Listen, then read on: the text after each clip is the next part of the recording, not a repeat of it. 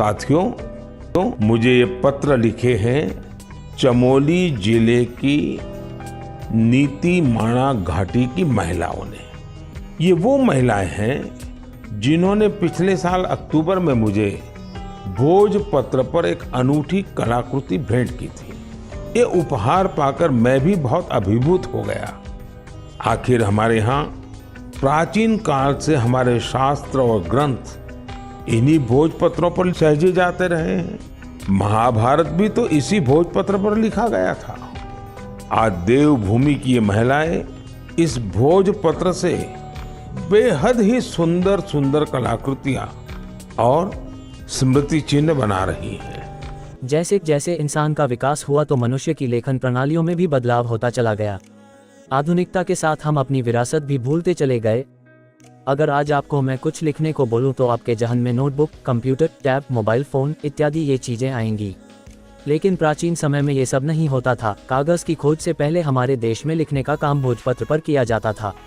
भोजपत्र पर लिखा हुआ सैकड़ों वर्षों तक सुरक्षित और संरक्षित रहता है। हमारे देश के कई पुरातत्व संग्रहालयों में भोजपत्र पर लिखी गई सैकड़ों पांडुलिपियां सुरक्षित रखी गई हैं। भोजपत्र का नाम सुनते ही आप सोच रहे होंगे ये तो जरूर कोई पत्ता होगा। दरअसल भोजपत्र भोज पेड़ की छाल होती है। भोज वृक्ष हिमालय और ठंडे वातावरण में उगने वाला वृक्ष है। इस वृक्ष की छाल सर्दियों में पतली पतली परतों के रूप में निकाली जाती है, जिन्हें मुख्य रूप से कागज की तरह लिखने के लिए इस्तेमाल किया जाता है। प्रधानमंत्री नरेंद्र मोदी ने अपने मन की 103वें एपिसोड में कहा कि जब वह साल 2022 के अक्टूबर माह में उत्तराखंड के चमोली यानी देश का पहला गांव माना आए थे तो तब उन्हें महिलाओं ने भोजपत्र पर एक अनूठी कलाकृति भेंट की थी। अब यही भोजपत्र इन महिलाओं की आजीविका का साधन बन रहा है।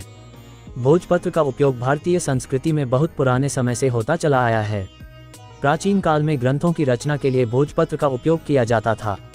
तब इसे लंबे और चौड़े टुकड़ों में काटा जाता था, जिन्हें एक दूसरे से जोड़कर ग्रंथ बनाए जाते थे। इन भोजपत्र ग्रंथों में वैदिक विद्या, उपनिषद, संगीत, राजनीतिक, धर्म, ज्योतिष और अन्य विषय पर ज्ञान और संस्कृति संबंधी जानकारी लिखी जाती थी। तब महाभारत भी इसी भोजपत्र पर लिखा गया था। क्या आपको भोजपत्र के बारे में पहले जानकारी थी? अगर थी तो कमेंट्स कर बताओ। ऐसे ही नई जानकारी के लिए न्यूज़ टुडे नेटवर्क को सब्सक्राइब करते चलो।